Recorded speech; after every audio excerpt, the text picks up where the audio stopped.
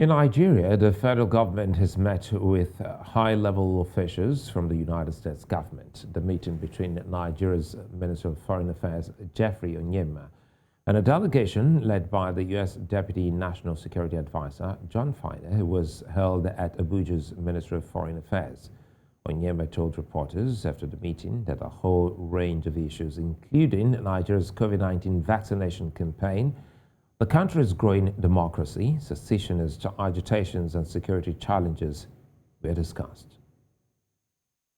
We discussed a large number of issues. We had excellent and very fruitful discussions that really looked at all the various areas of cooperation and engagement between Nigeria and the United States of America. We talked about the COVID situation, and in this context, the U.S. has been extremely generous and has just very recently, last week, provided again vaccines to Nigeria, Pfizer and other vaccines, over 3.5 million that were delivered. And I pointed out on behalf of the government of Nigeria how grateful we are to the U.S. government for this generosity.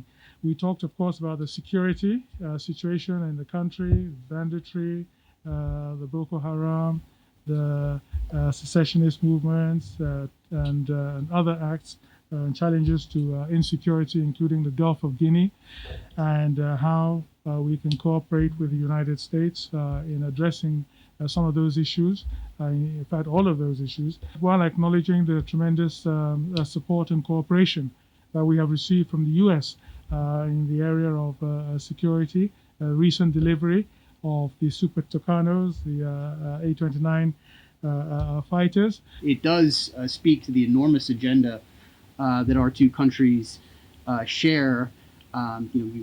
You heard that we spoke about the pandemic and the delivery of vaccines, and now turning to the next phase of this, which is actually making sure those vaccines are administered and get into people's arms, which is something we very much want to support, as we do the climate agenda in the run-up to Glasgow. And we have welcomed Nigeria's commitment to increase its ambition when it comes to emissions and climate change, and urge that to continue going forward. The security issues obviously are paramount, whether it's terrorism or piracy or anything else related to the security situation in this country that the United States can support.